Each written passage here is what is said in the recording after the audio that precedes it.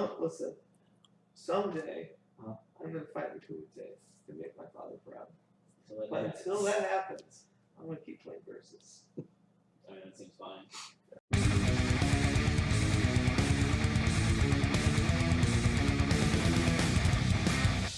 Hey guys, it's Vito here from Build Better. John too. John's here too. We are gonna do a spoiler recap. It's been a while since we did our last spoiler recap. About a week. Which actually, welcome back by the way. Yeah. Oh, I forgot. That was gone. That's why we didn't do the spoiler recap. It's because someone had to have an anniversary. Real cool, man. It was pretty cool. Not bad. It sounded like it. So Yeah, that's good. So we're gonna do a spoiler recap, and since 2 teams have been spoiled so far, we're gonna do both of them. But that's a lot of cards, and we don't have that much time. So instead, we're gonna do 3. We're gonna do our favorite MC, our favorite plot twist, and our favorite side character. We're also gonna do an honorable mention, something that was good but didn't make the cut. Yeah, just didn't make our list. Yeah, just didn't make the list. And a sleeper, something that's not good that we think we need to watch out for. Yeah. So what's your MC? Spider-Man. Like Star Spider-Man? Starry Spider-Man. He's cool. He's I think he's interesting. The level 2 ability to be able to like get a pseudo free creature just for or pseudo free character for yellow is pretty nice. It's like a cheap Dormammu. Yeah. Yeah. And he's got the acid spit ability, which is actually really good early game. Oh yeah. One thing I haven't really seen anyone harp on is that unlike the other Spider-Man who counts support characters, he just counts other characters who have mantles. So he does actually give him that stuff like speed like Ultron does. Yeah, that's good. So I think he'll be easier, especially since now that we've seen a few more mantle characters, I think he'll be easier to level than when he was first spoiled, what we expected. And I think that there's enough payoff that he's at least worth trying. So. Yeah. I mean, you've got a mantle curve at least up through 4. I'm not sure if there's a 5 drop. I can't think of off the top of my head. But yeah, I mean, there's plenty of XP around. Oh yeah, definitely. Mine is Elsa Bloodstone, which we've talked about a few times. Mm-hmm. You say she's a trap. Yep, she is. And she might be. But, like, you cannot... When I look at an MC, I look at both level 1 and level 2. And her level 1 ability, she gets +6 attack. It's great. No, her level 1 is It's great. insane. Is that enough to carry her? I think so. And her level 2 ability, before we had most of the monster stuff spoiled, but really the champion stuff was what made this more solid. Before we had it spoiled, it was a lot up to chance. But with Viv Vision letting you stack your deck, with Starhawk letting you see the top of your deck, I don't think you're ever going to make a guess. I think only when like your life is on the line and you need those heals are you going to make a guess. Otherwise, it's for sure heals. Yeah, I mean, I don't know. I just hate the idea that like there will be situations where I'm gonna pay a resource and I'm not gonna get any benefit out of it, and a 5 wound character whose level 2 ability is, well, more so not that's it's more towards the definite than it is the not. It's still a maybe. It's possibly a maybe. So, Plot twists. Plot twist. Mine is Baby Avenger. That card is sweet. Yeah. Well, I like defensive plot twists. Oh, I just like defensive game, right? Like I like to be able to set my stuff up and then like eventually overtake you. Like I'm not a huge aggro fan, but Baby Avengers can be used both ways, both attack and on defense, and it gives you a good, solid way to survive combat without just ending combat. So maybe if you're looking for a trade and I use Baby Avengers, I'm just getting stun out of it. So yeah, or I mean, you never want to use it this way, but the fact that it can be used as a best offense is a good defense, it might make those attacks that you really need to happen. right, and the like best offense is good defense is one of those cards that like you don't really want to waste the card slot with. Yeah. But sometimes yes, it would be useful, like once in a blue moon. So like having it in there as a defensive that okay, when that situation ever does arise, you have it, right? Yeah, like so, Gamora needs to survive her combat to get her XP. I Or don't no, think that's maybe true. not. There are a couple. Yeah, there's a couple people who need to do stuff that need to survive. And they need to survive it. Yeah, So I think Baby Avengers really helps where we wanted to play best offense, but you don't want to eat that card You don't slot. want to eat that card slot. Mine is Tough Kids, also from the Champions. Very sweet. That card is amazing. Like I talked a lot about Monsters Unleashed. defensive card gives you monstrous plus 2 attack. It's like half a Savage Surprise. Mhm. With the Rise of Thor, a lot more people playing Savage Surprise. This card can be used in either way, either offensively or defensively, and gives your character tough. Any character tough.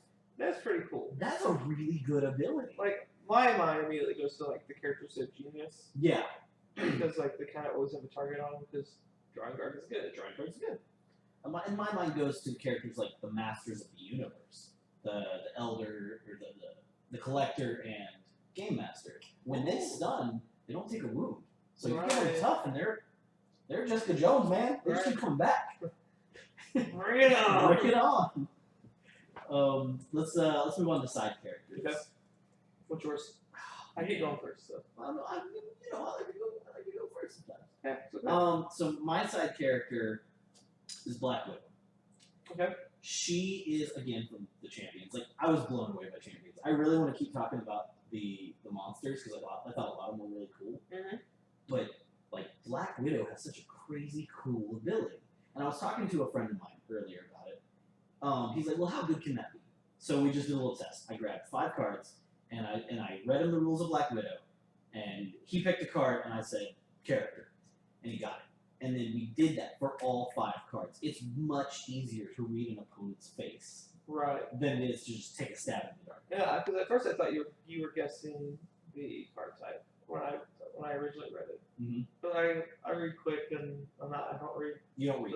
Yeah, I just Yeah, kind you of memorize the picture.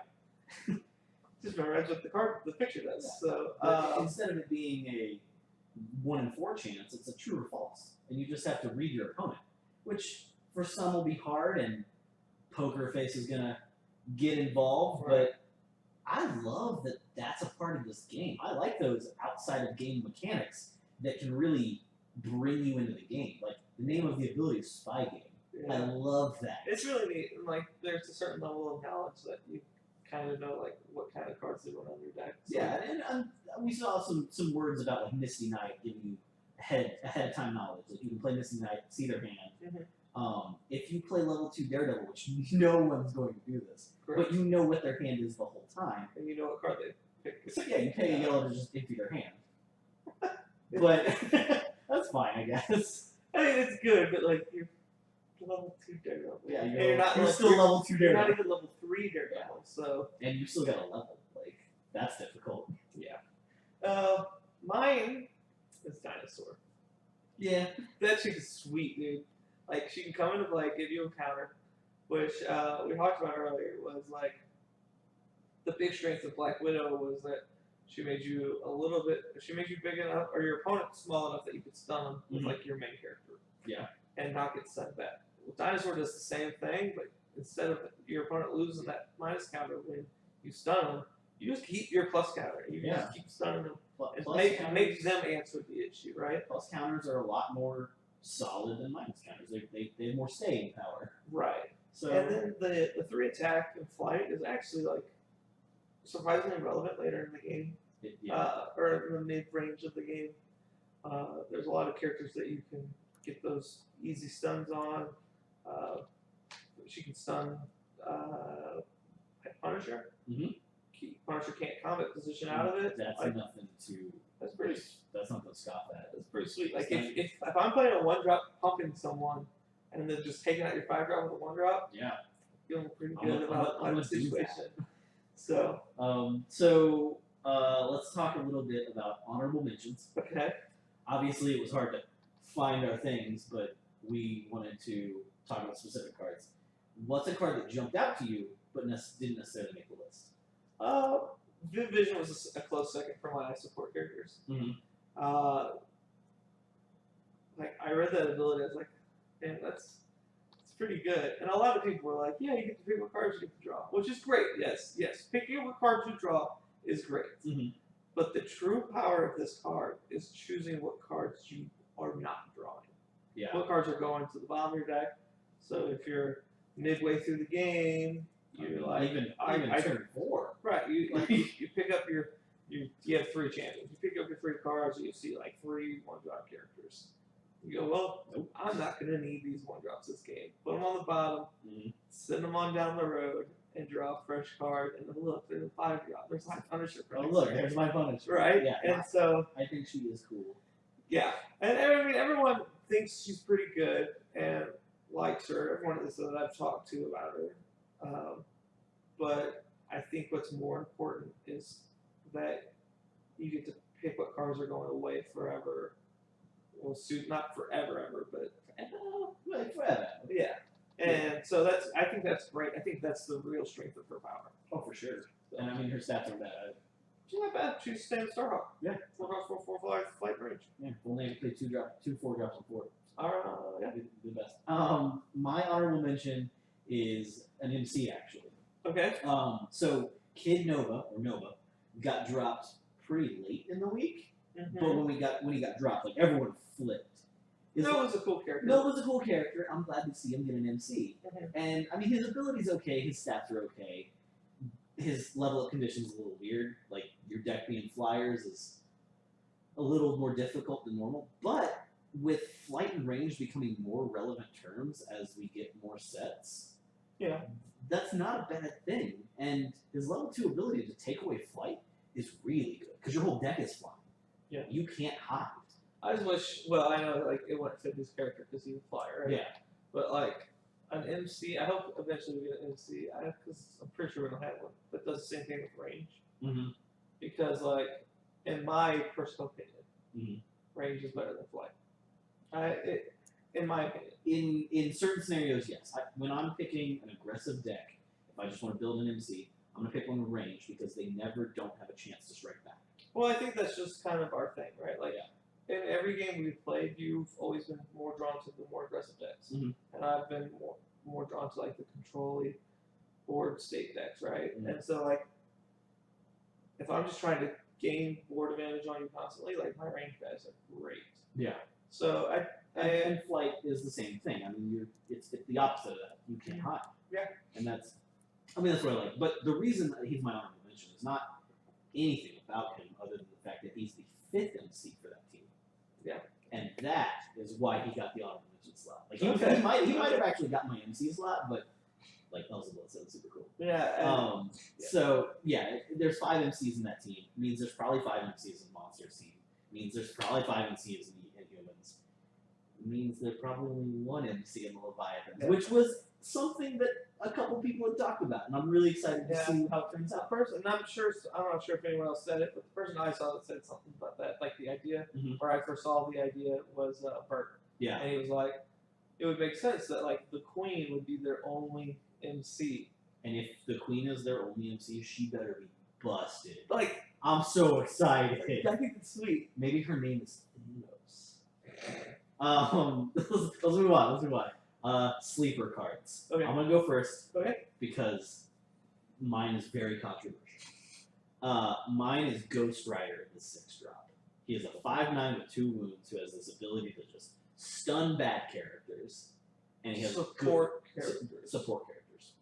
Stun bad support characters and you got good wounds. First thing we'll talk about, 5/9.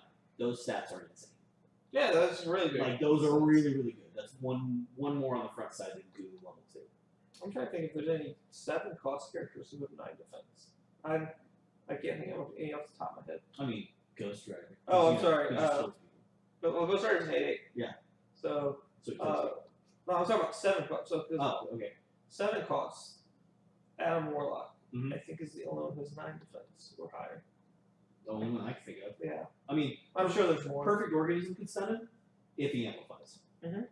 But other than that, like, there's not much that can stun him. Second thing, the good loyalty is not a big deal. Like, Thor is all good loyal, as far as I can think. Mhm. And good characters are really good. I mean, you got 3-to-1 good characters to evil characters in this game. Well, not in this. Not 3-to-1. You have 3-to-1 in 2 of the sets, and then Okay. a 1-to-1 Yeah, in yeah. the other sets. But I mean, it's stacked towards good. I get what you're saying. So, and that kind of makes his second ability irrelevant, the whole stunning back evil characters. But at the same time, Thanos doesn't get free attacks when he's on board. Yeah. Like, side character Thanos, one of the best 6-drops in the game. Which I think. means he can't use his second power. Which means he Or can't. He not can't, his second power, but his yeah, he can't Court Death. court death. that's not the That is not the name of that ability. That's his level 1 ability. Huh. Yeah. So anyway, Regardless, yeah, he stops Thanos. He stops Magneto, side character, which isn't played as much, but like that dude's Really really good. good. Oh yeah, this guy's great. He tells the perfect organism that he doesn't care that you're ferocious. Like there's a lot of really good bad characters that people are playing. Yeah. And I don't know, man. I think we might see him, especially if the Leviathan's team is stacked. Like that's my big reason that he's a sleeper. I thought about a cool concept. Let me do my sleeper, and then I'll talk about more cool concept as a closer. Okay. So my sleeper is the creature from the Black Claw. Okay. That guy is sweet. He is something. He is a 6'6" draft who cannot attack. Mm-hmm. He does all the things I want. He's a big body early that stands in my way. And yeah, I mean you're not wrong, and you've talked about it in this video. Yeah. You like defensive decks. I do. And at 2, your opponent doesn't always have flight. Yeah. If you're playing Moonstone, your opponent doesn't have flight. Yeah, and then the 6'6" in your way is pretty good. It's pretty big dude. So yeah, that's my sleeper. There's not really a lot to say about him. It's kind of one of those cards that like he'll need a little bit more support printed for him, Mhm. or to figure out a good interaction with him. But I think that he has potential somewhere down the line. Yeah. So